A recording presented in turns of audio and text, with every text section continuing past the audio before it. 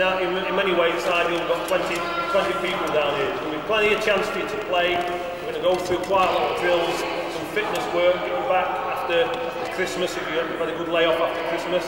Andy's looking again. The two players there. There may also be a talk later on.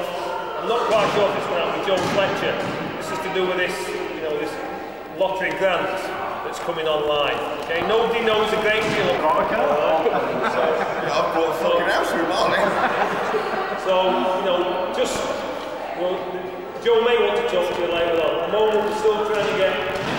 Okay. So leave it at that for now. Just make sure that we'll try to keep you moving as much as possible to play and show your skills. Right? 14 to 5 is ideal. Okay? Now keep ball up first of all. When we're not using the balls, and then annoyed about it, we'll make sure we get back in that box. Sometimes like 15, 20 balls all over the place. Not only that, it's also a bit dangerous as well. Okay, Colin, go ahead. Right.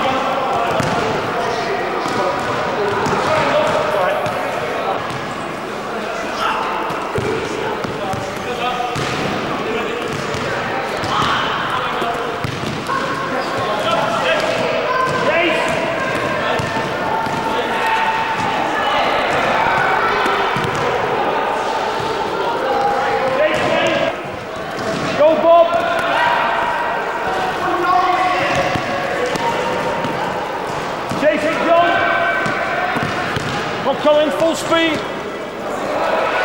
Go Gary, full speed. Go Joe.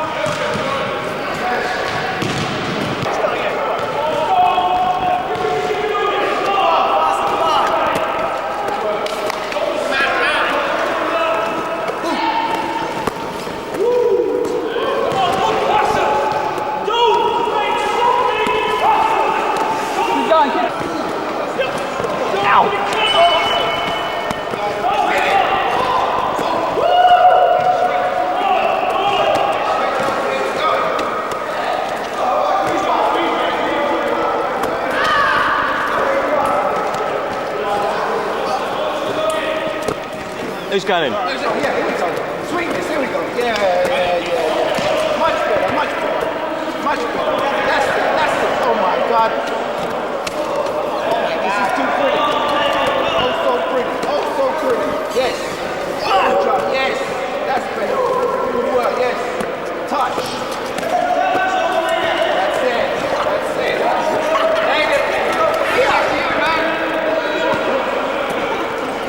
Nice work.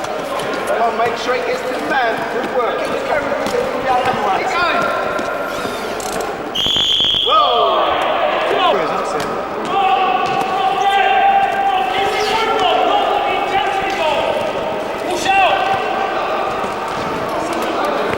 Yes, David, got one.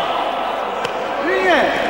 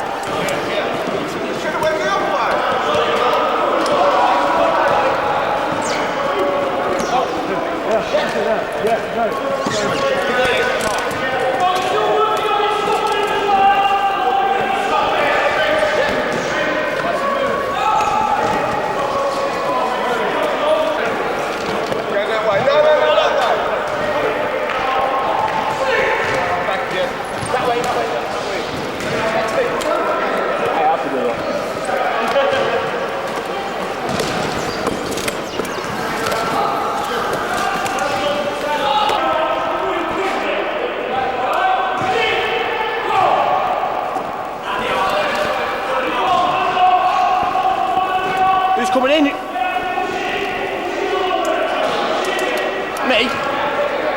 I've got to go.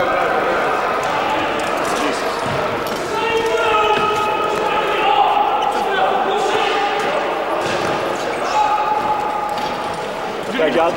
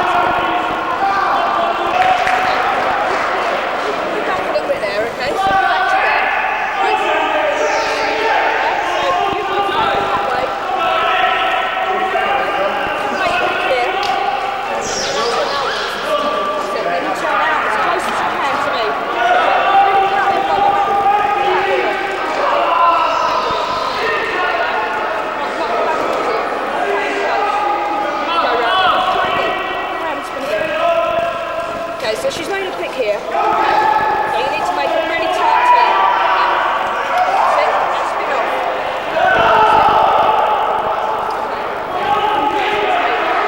Back to your spin again. Make tight spin. Okay? Can't move. Are you? That's so simple. Thank you. You both stop me there. So you can both go. Yeah?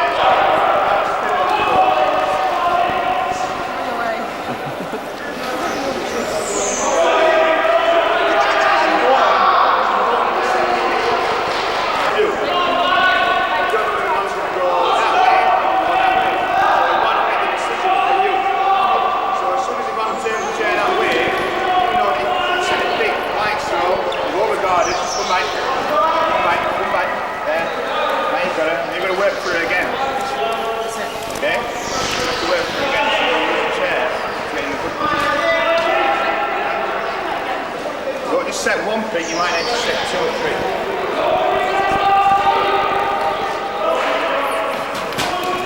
Now go. There you go. You set that chair in good position.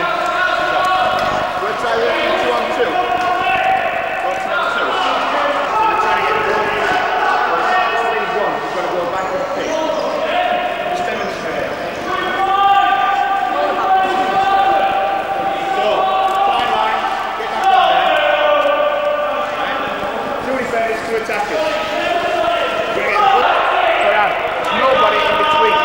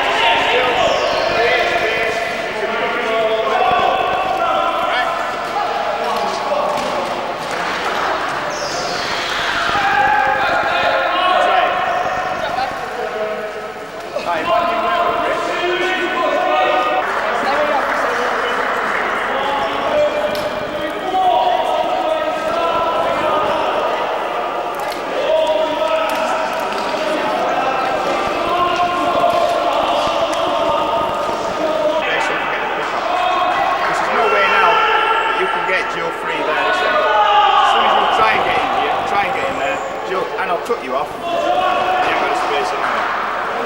So Jill, if Jill goes away, just goes flat to start with. Now you've got some space. But then again, you're trying to get up Joanne's backside. But you're not going to be able to do that because as soon as you go towards Joanne's back wheels, keep going towards Joanne's back wheels, and I'll go straight, and you can't get there. So you've got to do a chair move, a freeing move. So from diving, just come alright, stay there. Now, you get to it by wheels, so stay there. See that person can't get the end. Get towards me, all the picking you away. Okay, so try that. You've got to create the space and the three moves first. There we go. Go on then, go back for it. Just go for that.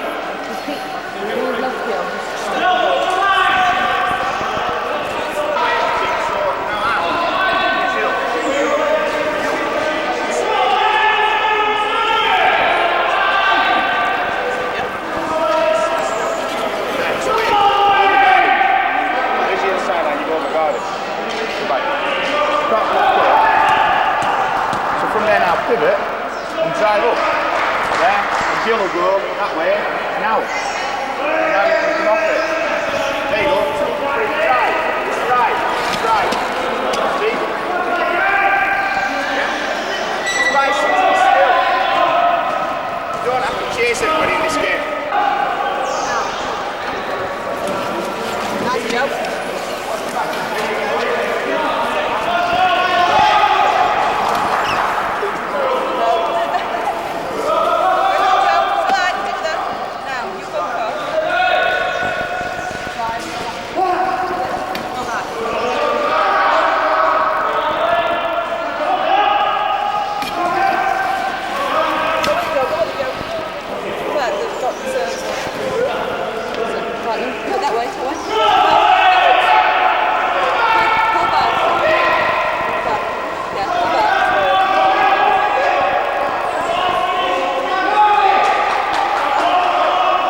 but you're attacking, so that's how it is.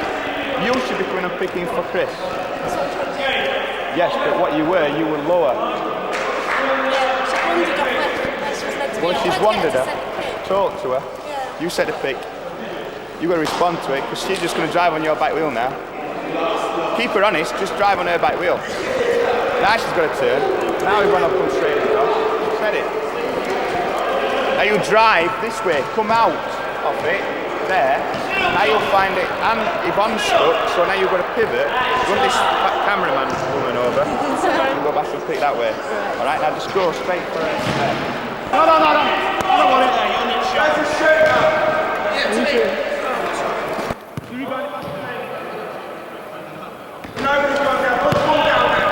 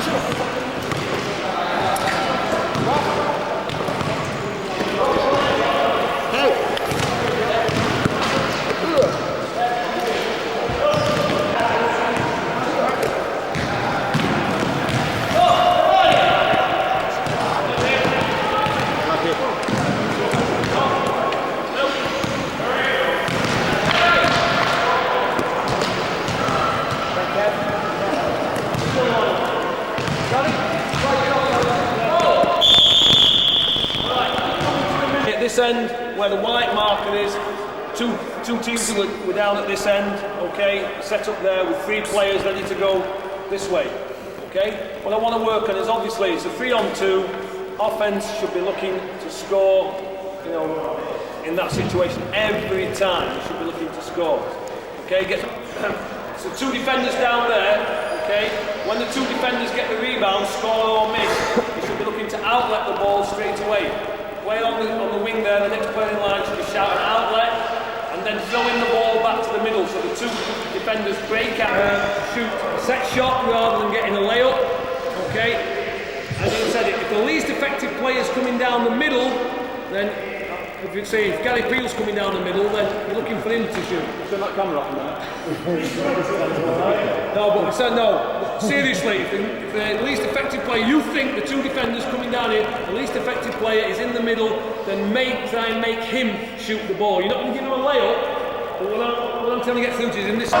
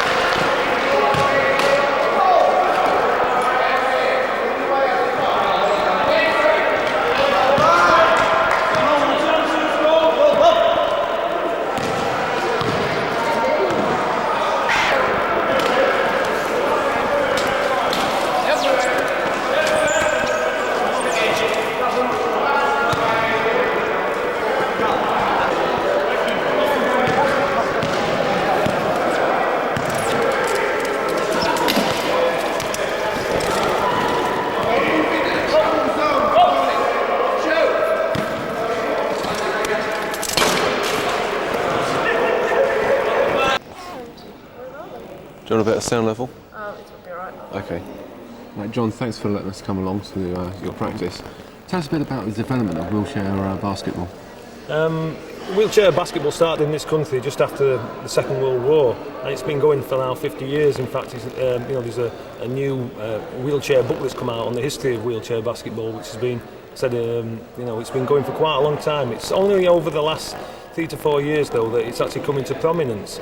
I think that's mainly due to the professionalism of the players. They've actually become better players, more skillful, faster, and the game, especially since the Paralympics, has it hit a wider audience, and a lot of people now are enjoying spectating the sport. So how much did the Paralympics actually bring the game in more mainstream towards the media? I found that the media actually took a keen interest on it. I do believe that it was the #1 gold medal to actually win. It's the sport most played by mainly disabled people. Okay, it's the favourite, if you like, team sport, and I think not just from disabled people, but the number of people when I got back from the Paralympics actually stopped me on the street and said, that wheelchair basketball, fantastic. Didn't realise how skillful and how fast it was, and that they actually, enjoyed watching the game. So while people are watching the game, what are the main differences between able-bodied basketball and wheelchair basketball? There's not many differences. The height is at the same height as able-bodied. There's a 3-point shot, there's a 2-point shot, there's a 1-point shot. There are some differences. There is a double dribble is allowed in wheelchair basketball, where you can dribble the ball, pick it up and then dribble it again. That's not allowed in able-bodied basketball, but there is another version of like a travel, if you like. They're not allowed the players to make 3 pushes with the ball, but they can take 2 pushes and 1 bounce, so they can actually like speed down court faster than a continuous dribble. Probably another couple of differences is, first of all, there is a point. Each player has a point classification. This ranges from 1 point to 4.5. So when I substitute, I can't substitute anybody for anybody like you can in an able-bodied game.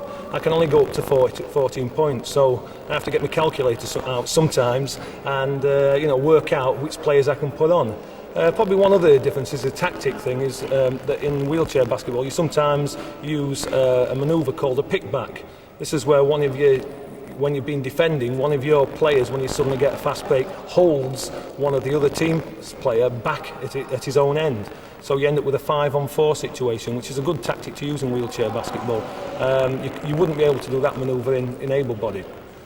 So you got to the Paralympics now towards kind of year 2000 Sydney, and also you got the European Championship in Sheffield. How much finance from the Sports Council is beneficial to you, and do you think the National Lottery needs to give you some more money? We're a little bit still in the dark about a national lottery, but I mean, obviously, any money that's coming to the wheelchair game is going to make the players even better. We have always been, a little bit.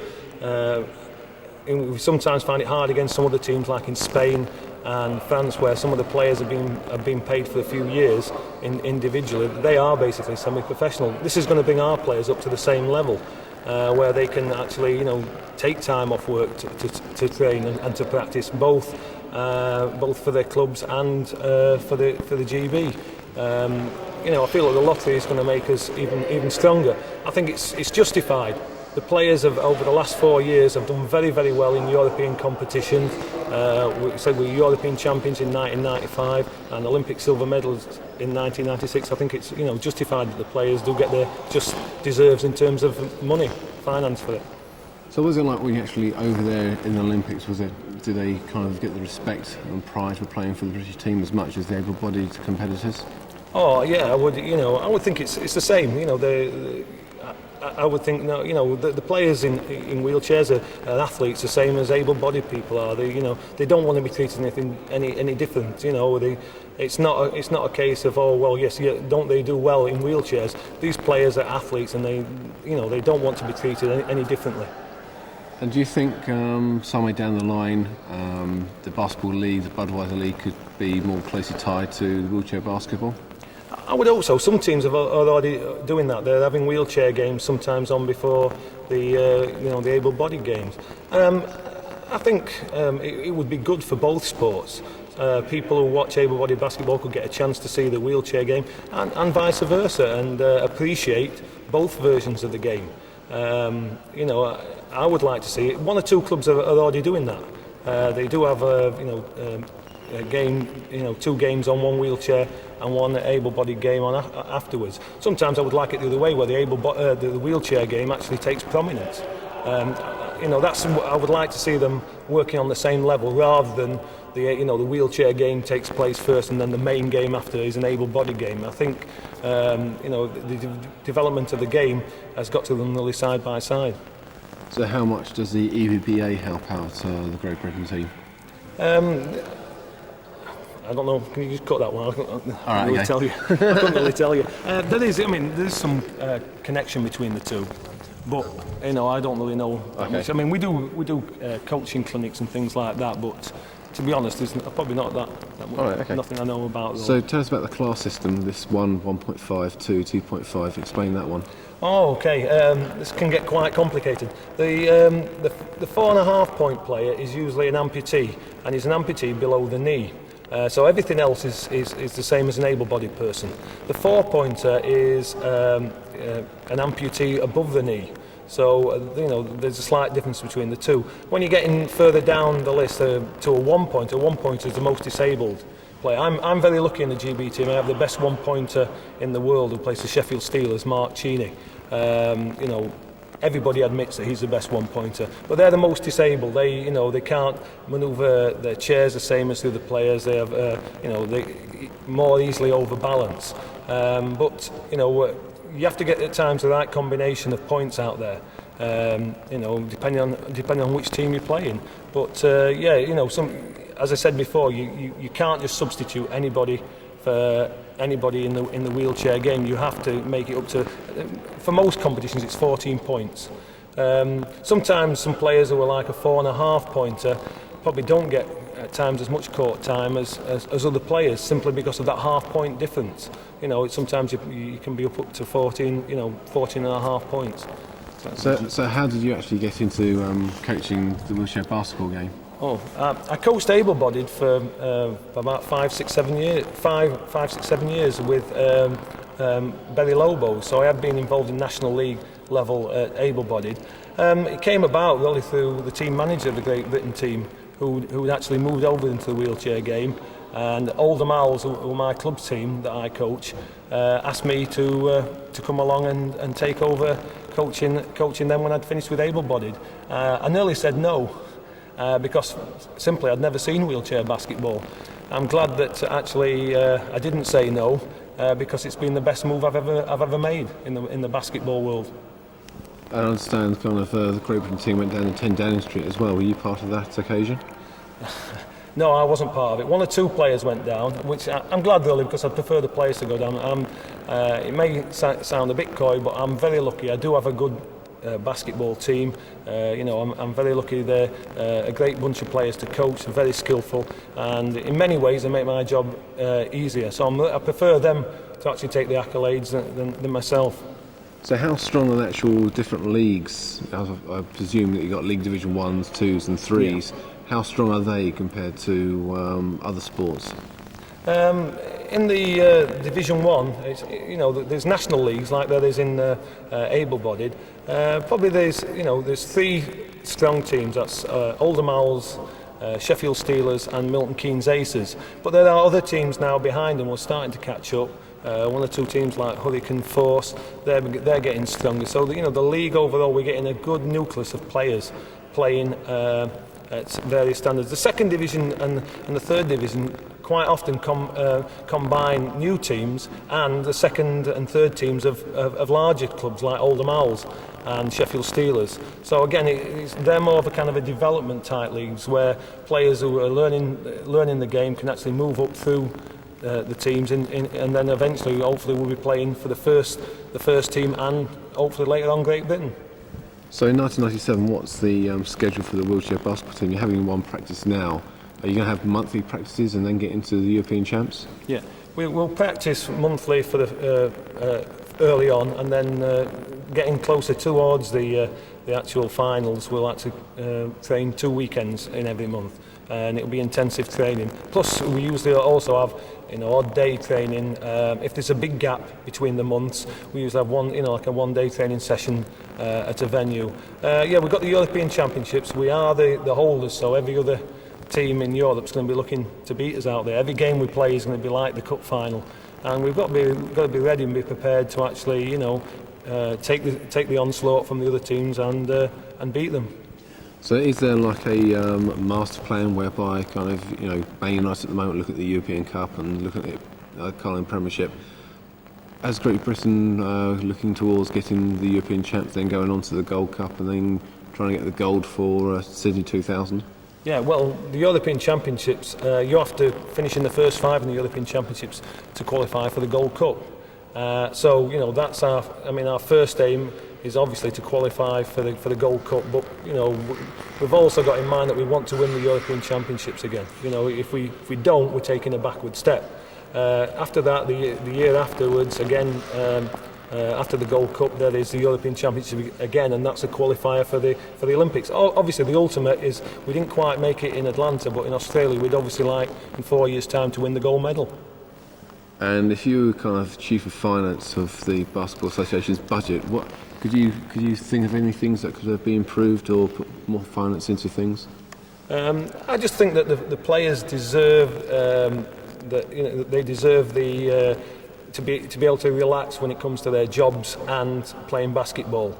Hopefully the lottery grant will make life a lot easier for them. That they don't have to, you know, they're not under pressure to take time off work. They can do that, and even their employers can be reimbursed for any time they take off work. I think that's important. I think the players have got to be going out to these tournaments, high pressured tournaments, in the right frame of mind, and not worrying about any other kind of financial problems in their life. I think that's the most important thing, that financially that the players are secure. So then hopefully then sponsorship wouldn't come into question then? I would hope that, obviously, the Great Britain team, the men's team, are very successful, and we'd obviously like to see people helping to sponsor the team, be it financially or kit wise. We've had some sponsors in the past for various kit, but yeah, we're a successful team, and any sponsorship is obviously going to help. Just trying to think if I want any more questions out there.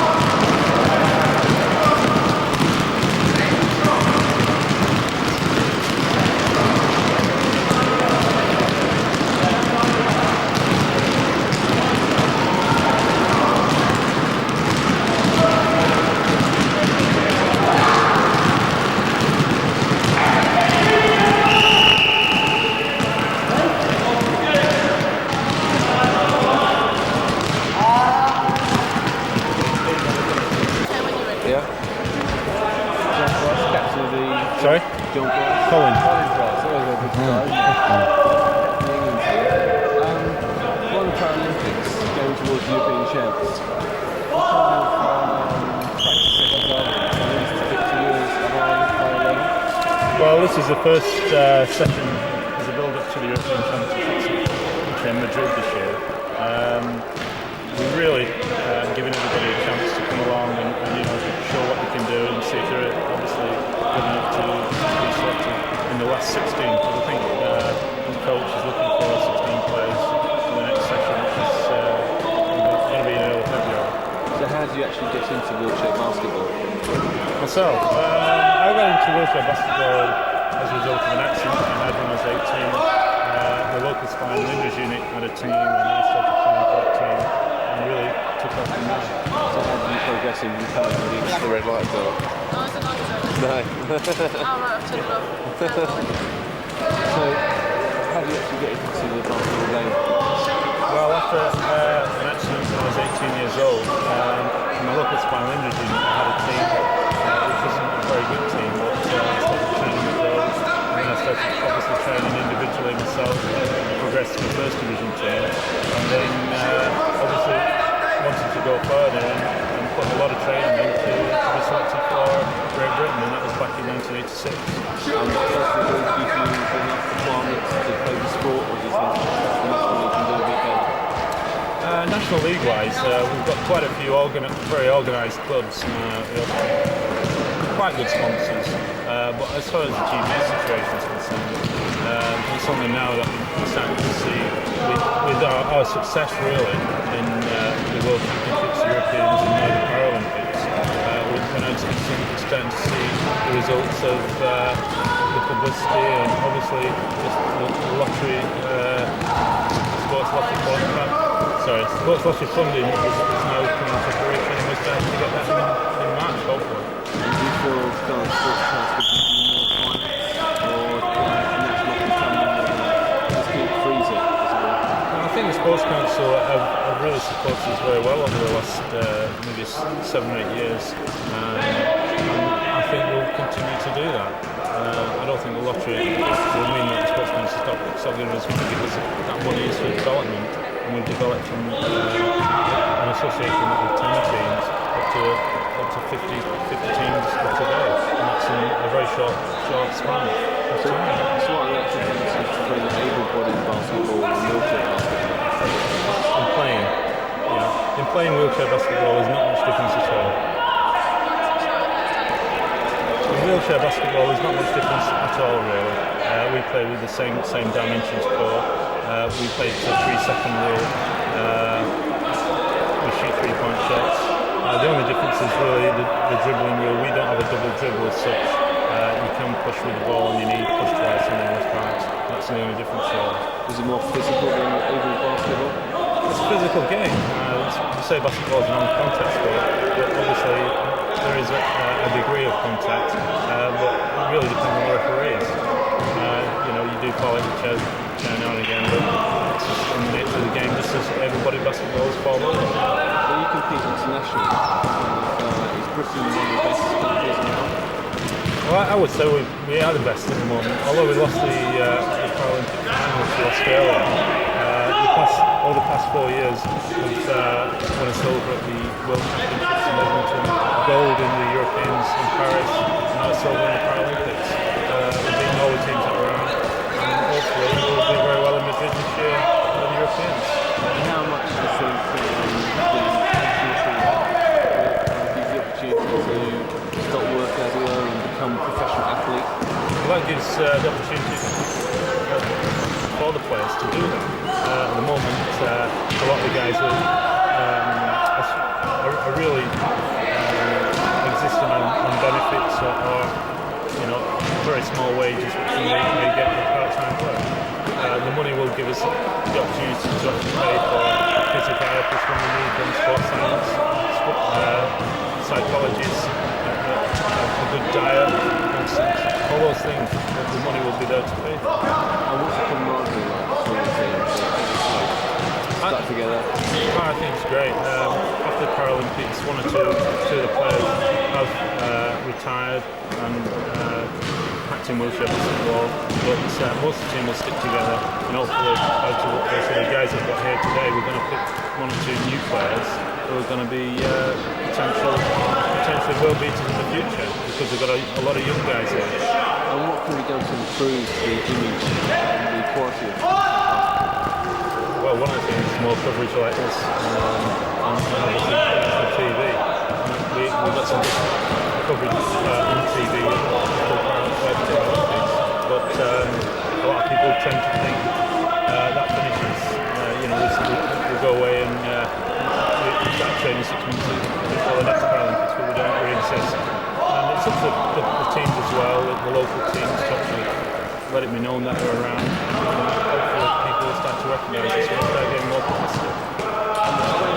class system that you have to have 14 points in the team. Yeah, we've got a classification system that allows all players of any disability to play wheelchair basketball. That's the beauty of the game, that anyone can play. The idea is the more able you are, the more points you are. So for instance, an amputee, below the knee, 1 leg would be 4.5, and paraplegic, who's quite high level, would be 1 point. So you could have a combination of a 4.5, 4, 2.5, a 2 and a 1. So you balance the team out. When you're actually substituting on and off court, you've got to put an equal number of points in. You can go under, but you can't go over. So is wheelchair basketball really tactical in the respect that not only does the coach have to think about the plays, but it's about the players he has to actually have on the ball. That's right, yeah, because in able-bodied basketball it's still 1 off, 1 on. But in wheelchair, everybody's got to think about it. You've got to think about the points and what combinations you want on court. You've got the big guys, just as you have in able-bodied basketball, you've got the shooters, you've got the guards. So you've got to have a balanced team, and obviously that balanced team is going to come out on top. And what kind of goals do the basketball team? Is there a set goal this year? Like 1 year the Olympics, next year the European Championships? That's right, it never stops, especially for the Great Britain team. This year we've got the Europeans, obviously in Madrid. Next year it's the World Championships, which in Sydney, Australia, and the year after you've got Europeans. The year after that you've got Sydney again, which is the Paralympics. So it's a continuous cycle, and it's up to you when you want to jump off or whatever. It's very hard work. Great.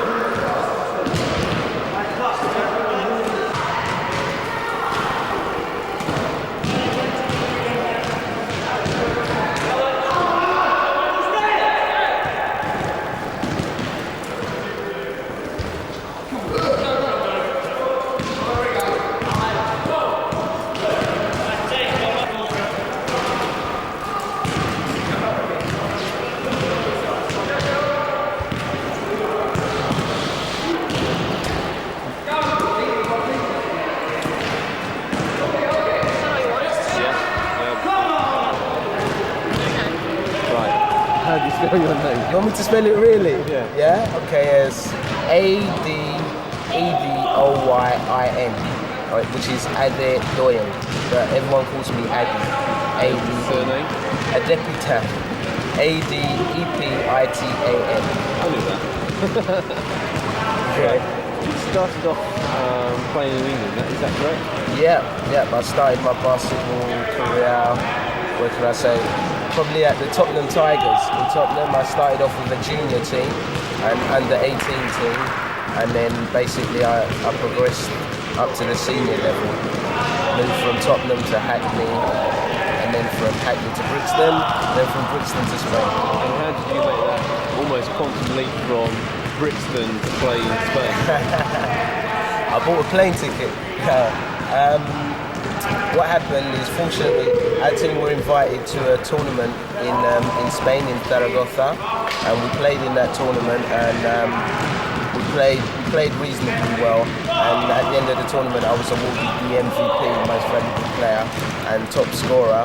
And when I returned to England, there was a fax at the team headquarters asking if I would like to go and sign up and play professionally in Spain. So there's no opportunity here to play professionally. So at this moment in time, no. In the future, with the way that the wheelchair basketball is progressing at the moment, the headway that the GB squad is making, like the second place in Atlanta and the European gold medal, things could be better in the future. So why did you come back and actually train with England? Well, I've come back to train with the GB squad because, like, I think everybody's dream in their sport is to play for their country or to play at the highest level possible, and that's my dream. Well, that's what I want to do. So what's the difference over in Spain? Is it more high-profile wheelchair basketball than able-bodied basketball, or? I think the difference with Spain at the moment, and how could I say? I think because basically they've got a sponsor, main body, which runs the whole league, yeah, and their main body is OMFE, and this is a big sponsor which is worldwide known. Sponsors like Miguel Indurain in the cycling and everything like that. Unfortunately for the disabled people over there, this company OMFE, which is a lottery company, is run by disabled people. Yeah, and because it's run by disabled people, obviously they take a very big interest in disabled sports, and they've plowed a lot of money into the wheelchair basketball, and I think their aim is to try and produce the best wheelchair basketball team in the world within the next 3 or 4 years. And what they're trying to do is however much money it takes to get them to that level, they're willing to put it into the league, which is the problem in England at the moment. We haven't got that big backing. So is it almost like kind of Spanish version of the Budweiser League? Yeah. And feeder teams, including the wheelchair basketball team? Yeah, the wheelchair basketball league is becoming, you could say, like the Budweiser League. Yeah, and the other thing that the Spanish league are ready to do, in order for their league to get better, they're prepared to pay foreign athletes to come from other countries over to Spain and to play good players, yeah, and that way I think they feel they can improve other teams and make the level, improve the whole level of the league. So how can the English game improve to the standard of the Spanish? Lottery funding, or? Well, basically we need funding. We need funding because there's, I would love to play in England, yeah, I would love to play back here. This is where I started, this is where I learned all my basketball, and I would love to play in this league. But we need a big backing. We need somebody to put money and into the league and help develop the level set, get a basic standard from like the grassroots upwards, from the junior level, and all the new players that would like to play in wheelchair basketball. There should be money for basic club teams so they can improve their younger players and their new players. That's basically, I think, the problem. So how physical is wheelchair basketball? Because able-bodied basketball is supposed to be non-contact. Able-bodied basketball is non-contact, but I think you know and I know that's not true. You've seen the Budweiser League, and you've probably seen the NBA as well, and you see how physical they can get over there. Well, if you can imagine, like the NBA, but we're using wheelchairs, yeah, and we're using hard metal objects to make picks, and it's very physical. And you've got really big guys, big strong guys who've obviously developed their upper body strength. So there is a big physical element in the game. Is there a restriction on finance as well? Because obviously some of these equipment is very expensive. Yeah, that's the. Unlike able-bodied players who like to get into the sport, for them it's simply a matter of buying a pair of basketball trainers and joining their local club, and that's it. But for a wheelchair basketball player, firstly they've got to find the finance to buy themselves a relatively good chair, because the technology in the wheelchairs has progressed so much now. You need a high standard chair to play at the very best with the best players, and so they've got to find something around £1,500 to get themselves a chair. So that is a big setback in itself for when you want to start playing wheelchair basketball. And also, how they finance themselves as well. If they want to actually compete for Britain, it's difficult. Over the last few years, people like me, I expect the majority of players in the British League have financed themselves. The money has come out of their own pocket. You've come out of whatever you can make. You work. Whatever you can save up, you use it to finance your training, your personal training. And of course, you do get whatever help the British Wheelchair Basketball Association can give you.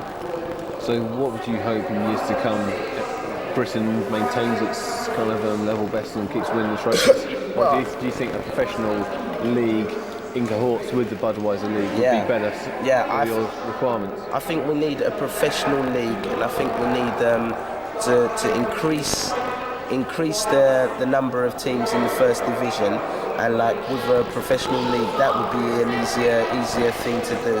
And plus, we need to we need to close the gap between the top 4 teams, top 3 or 4 teams which we have in this country, and perhaps the bottom teams, because I think the gap at the moment is too wide. But once we close that gap and we get more of a level standing ground, then we'll have a much better league.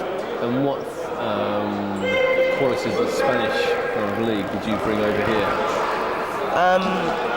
I think I'd like to have one of the things that I really enjoy over about in Spain is the enthusiasm of the people to improve the league. Everybody really wants a much better league, and they want to bring wheelchair basketball up there with the able-bodied sports, and then also the crowd participation.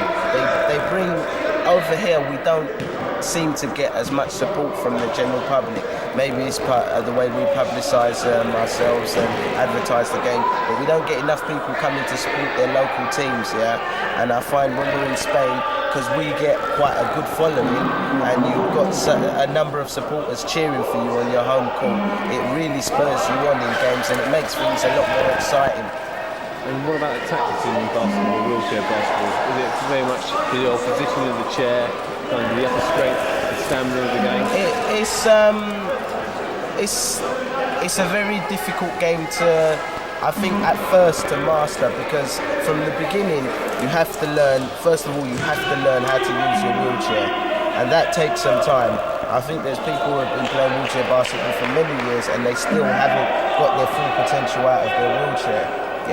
So you've got to first of all prepare to learn how to use your wheelchair, then you've got to work on your individual skills, and then you've got to work on your team skills as well. So there are a lot of things that you have to do to become a very good wheelchair basketball player. Do you want to do that question again? For the sound? Is that okay?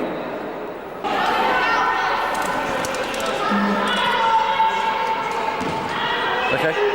So about the actual tactics of the game in your wheelchair, is it very much kind of the use of your upper body and also the positioning of your wheelchair? I think one of the main difficulties with wheelchair basketball, you've got all the... this is going to go on for a while actually. Is it? It's a beat test. This is what you call torture. Okay. So take 3, wheelchair and upper body strength. You need loads of upper body strength. Basically, I think one of the main difficulties about learning how to play wheelchair basketball is, first of all, initially you've got to be prepared to learn how to use a wheelchair. You've got to learn how to manoeuvre the chair, and there are many people who've been playing for many years, and they still haven't got the full use out of their wheelchair that they can. And then secondly, you have to work on your mechanics, your individual skills, your shooting skills, your ball handling skills. And then thirdly, you've got to learn to play develop your team skills as well. And all of these 3 things you need to really improve on to become a very good wheelchair basketball player. And do you see yourself staying in Spain playing basketball, or would you like to come back and play in Britain? I think with the development that's going on, some of the possibilities that could be happening in the future, I think I see myself in the near future playing wheelchair basketball in England, especially since I like to be in the squad, playing the GB squad. We've got the European Championships, the World Championships and the Olympics, so I'd definitely like to be a part of those teams. Great, thank you. Thanks for that. Thank you. National thing, isn't it, really? Yeah. Simon, not happy about the levels. Far too many turnovers, subtly. The easy part. Defenders having far too much success. Right, look, sloppy passing ball. Come on, defenders, make it work now. Let's go. Go for it, yeah. Just a reference for what is your actual surname and position? Yeah. Official position for this. Phil Craven, I'm President and Chief Executive Officer of the International Wheelchair Basketball Federation. And what does that entail? Well, it means that on the one hand I'm elected by the member nations, of which we have over 50, and therefore I'm in charge of the federation and I'm its protector in a way. And on the other hand, I'm also paid on a part-time basis to really be the main administrator of the federation as well. And how do you actually become elected? What did you do before that? Well, I've played this game now for 30 years, so I'm wondering whether I should bother next year or not, because it's getting tougher and tougher with these young guys in the way. But slowly I got involved in the administration because of things that were wrong with the game in the mid-70s, like classification was wrong, people were saying they couldn't walk and they could, and it affected their classification in the game. Sorted a lot of that out and started on the International Committee in '84 in charge of classification. And then in '88, in my last Paralympics in Seoul, I was asked by one or two nations to stand against the incumbent chairman, as it was then. And I said, okay, but you've got to get me the votes because I'm a player here. And I beat him in the elections in Seoul, and I've been chairman, now president ever since. So what are the main differences between able-bodied basketball and wheelchair basketball? Well, I think the rules are very similar. Obviously we can't dunk, and we wouldn't wish to dunk. There are moving screens in our game. But apart from that, a little bit of difference in the dribbling rule. But the game is very much the same. The way it's played can be very different. It can be even far more attractive to the British spectator, maybe than able-bodied basketball, in the sense there's a lot of mid-court play. Whereas you see a lot of able-bodied basketball, they take a shot, come up the court quite easily, then start the action around the key. Whereas it tends to be far more full court with us, far more akin to soccer maybe, in a way, but a very different sport, of course. And how have you tried to improve the game in Britain? Because obviously you haven't got the media exposure. Yeah, well, in Britain, until '75, we were European champions still in '75, and we had been for about 5 years. And then other countries got a lot better, and we didn't keep up with them. A little bit like one or two more of our team sports in this country at the moment. And so we struggled along for maybe about 10 years until the mid-'80s, and then we said, Christ, we've got to do something. And we've got to start off at both ends of the scale. We can't hope that the international team will get a lot better if we don't get a lot more people playing the game. And we got support from a sponsor, from Sun Life of Canada. And then the Sports Council said, yes, well, if you've done it with private funding, now we'll come in and help you. And they have done ever since. We've had tremendous support from the Sports Council. And therefore we've been able to employ a full-time development officer in this country, and we're hoping to get 2 in the near future. And that's created more clubs, more players, and we've gone from a couple of hundred players to 600, 700, 800 players. And from quantity, you can, with the right coaching, get quality as well. And how strong are the leagues compared to certain other sports? Well, there's a lot of strength there. You might say there isn't the same number of competitors, but we've got 3 national championships. A national first division, which is completely nationwide, Scotland, England and Wales. Then the second division, which is north and south. Third division, which is north, central and south. And we've got a development division on top of that. And so we've got a structure now where we can funnel players through. We've got more levels of competition. So you're not exposed to either beginner level or international level. You can find your way up the ladder more easily, and that's working a lot better now. and national lottery, you see more revenue for the Wheelchair Association come from that? Yeah, I see that a lot. It'll allow us to consolidate. We're in a fortunate position. Some of the Paralympic sports are looking to this revenue funding as a way to develop. It's not meant for that. Development should be done with other funding. Hopefully it should have been done before then. But really we've now got a situation where we can consolidate on our development. We can give athletes who are still maybe on the breadline in a way, if they are, Britain's best and they're carrying the flag forward, the country now is saying, look, we can't hope for them to do this. Why should people in California be able to say, train in a gym at 11 o'clock, 12 o'clock, 1 o'clock after they've woken up at the normal time? Whereas in Britain, they've probably got to get up at 4:30 or 5 in the morning and go and train early morning. It's the same for swimmers, it's the same for Olympians, same for Paralympians. And so we're going to get better. This is perfect. It couldn't have come at a better time. We're near the top now, but we're going to make sure we stay there. And around the world, when you look at other countries like Spain, you've got the UNSERC kind of lottery. Yeah. Do you feel that there's certain things around the world that can be adapted to the British game and make it even better? Most certainly. The one thing that you've got to do, Britain has not got to think it's still the best in the world at anything. We've got to accept where we are and then build from there. And there are many, many countries in the world trying the same as we are. And they're going to find things that work. And in wheelchair basketball, there's some money coming into it, but people are still not secretive, which is fortunate, and you're allowed to learn off other countries. And that's what I really promote in the International Wheelchair Basketball Federation. And what about the actual Budweiser League? Do you think that there should be a tie-in with some league clubs there, that they should have a wheelchair club? Yeah, they could do, but it's got to be give and take. The wheelchair team doesn't have to think, go to Budweiser or a big English club and hope that they'll do it all for you. And similarly, the Budweiser able-bodied team has got to be serious about the wheelchair team, because the standards in our game are at least equal, if not better, to those in the able-bodied game. We've got things to teach them, they've got things to teach us. So it'd be great to have a partnership, but not an ownership, one way or the other. And how did you sort out this classification? There's 14 points for the team, we have a 1, a 1.5, right. 2. Well, in the past, as I did intimate before, that you had players saying that they couldn't move muscles in their legs, and leg muscles are very important for balance if you've got them. And then we'd find them dancing with the women after the event, at the dance, and we'd know that there was something wrong. And now we term it the player classification system. So it's the players who classify themselves. And then if we agree with that, then that's their classification. Whereas if we don't agree, then we discuss it with them and explain why we don't think they're in that category. But now, cheating was rife. And there were no dangers like with drugs.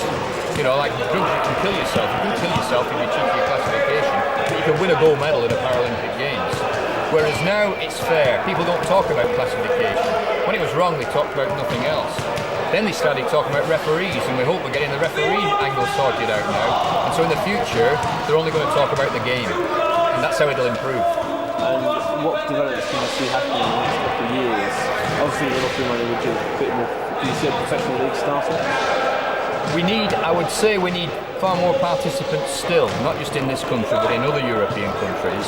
And we've not got to kid ourselves that we're going to have, let's say we've got 50, 60, 70 teams playing every weekend at the moment. We're not going to have 500 teams, within 10 years just by money.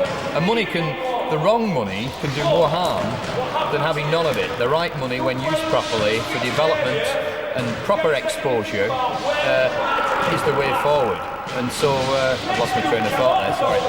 And what about women's basketball, wheelchair basketball? Is that somewhere where we still progress? We can progress with both, but with women's, we've got to put far more resources into that than any equation with the number of players playing at the moment. The Sports Council again promoted women's basketball in '94 when they brought the World Championships to here. And now we're seeing the start of growth that really started in the men's game 20 or 30 years ago. And it's great to see it. And we've got to give a disproportionate amount of money to the women, to encourage them to climb up the rankings. How do the actual women, is it violent hospitals or certain associations that get in touch with these basketball clubs if they want to play? Some hospitals, some spinal units have teams, many spinal units have teams, but it's really in connection maybe also with local authorities, because local authorities now know of teams in their area, the Leisure Services Department. And so anybody who wants to play then needs to get in touch with probably somebody at local authority level or sports club level or basketball team level. Any able-bodied basketball team knows the E.B.B.A. and therefore they can put them through the E.B.B.A. in contact with us. And so nobody needs to think, oh, I don't know where to go to. A couple of phone calls and you'll start to find how to know. And these guys are getting ready for the main event this Could well be one of the best defenders in the world, the best defender, because of his speed. Well, there's about 50 countries that play the sport around the world. This summer, May, July and June, it's a big time for wheelchair basketball. Yeah. Well, in May we've got the European Champions Cup, which is the top 8 teams in Europe, the finals, which will be in Sheffield on the first weekend in May at Ponsforge Arena, and that's being staged by the Sheffield Steelers, Action Steelers, and then the players here really are starting their training in the build-up to the European Nations Championship, which will be in Madrid at the end of June, which will then lead on, if they're in the top 5 out of the 12 men's teams, to the World Championships in Sydney next November in '98. And how many nations will actually be in the European Champs in June? There'll be 12 men's teams and there'll be 8 women's. Also, going back to kind of the government, do you think the government should do more for wheelchair basketball, or are they just leaving it to the Sports Council and the National Lottery? I think I've no gripe at all with the government or with the Sports Council. I think we're now through real tough times in, say, the 70s, where they thought that national development officers didn't work, and we proved that they did. They've now come right on board with us. We've got a tremendous partnership there. I think the government could possibly use us more rather than give us more, and say that this is one of our shining lights. They're having terrible trouble with their team sports at the moment. Soccer seems to be a little bit on the up, but here you've got a team where we've shown ourselves to be either number 1 or number 2 in the world, and we're going to stay there. We're going to fly the flag. Use us. Okay. I've seen the box. So just for the record, state your name, number, social security number and position. Right, my name's Anne Wiles. Obviously, I play basketball for Great Britain. I'm the captain. I'm 23 years of age. I live in Ilford in Essex. That's right. And, So what needs to be done to get more women into the sport? well, you're asking me the golden question, really. I wish I knew. If I knew that, I'm sure I'd be in a different job.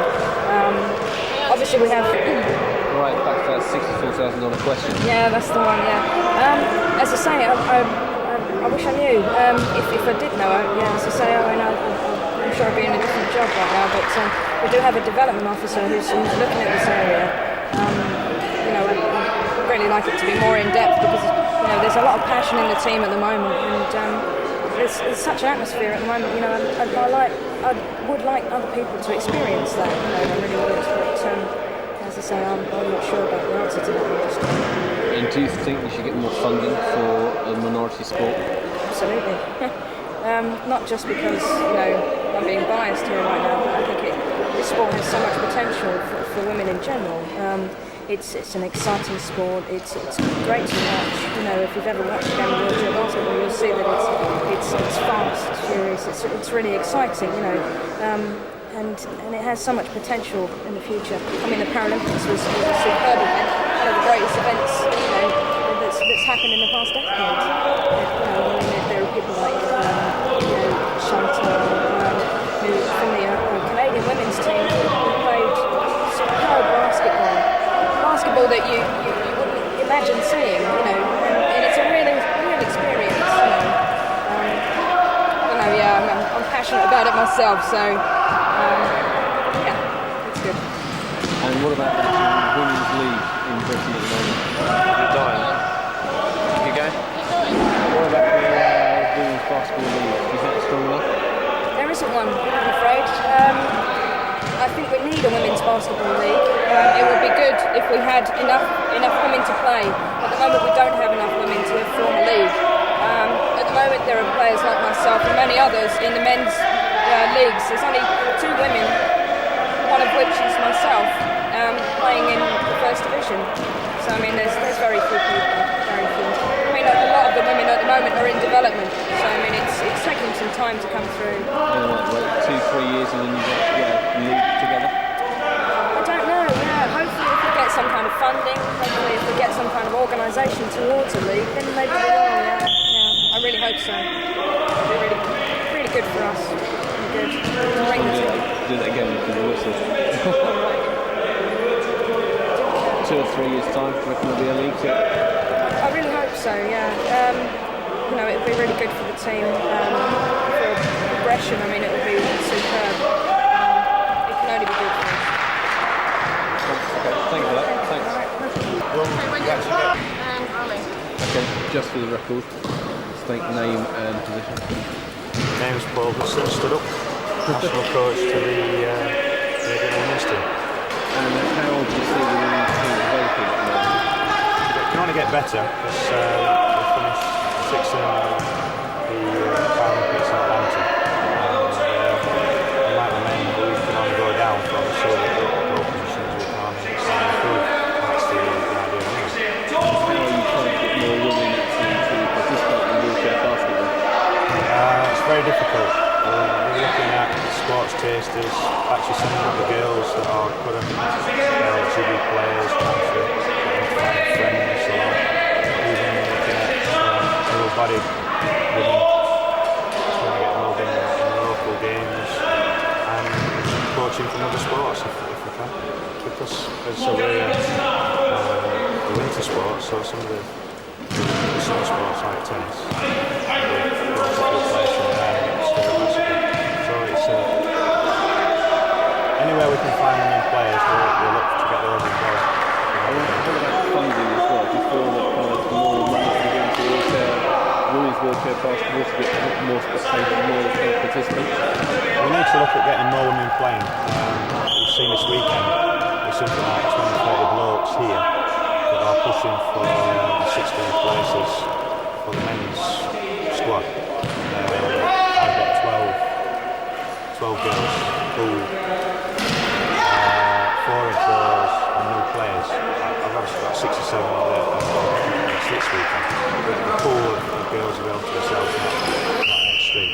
So money is required to come out again. And what about the depth around the world? Kind of who are the world beaters at the moment? World beaters are Canada, who are current champions and also world champions. So they've been at the top quite a while. We're trying to look at what they've done as far as the world's concerned. European champions, and USA, Australia. But to be honest, the results that we had in Atlanta were from 6th. We actually beat Germany with the European bronze medalists, silver medalists last time, who actually did beat Australia in the Paralympics. So we're not. There's a gap between ourselves and Canada, Holland. There's a smaller gap between ourselves and Canada. Just taking a step forward. As a final question, if you were the commissioner of women's basketball, what would be the next thing to do to try and improve the sport? Just more players, or is there something more with the infrastructure of the association? We need more players, so they need to be looking at developmental work to get players involved. Let's get some money involved into getting people coaching women's basketball. I can only do a small bit at the top. I'm looking at working with the elite players, but I've got a lot of those feeling through. The more players we have, the more I have to choose from, the more we can push for us around the world. So, Yeah, thank you. right. Yeah, very funny.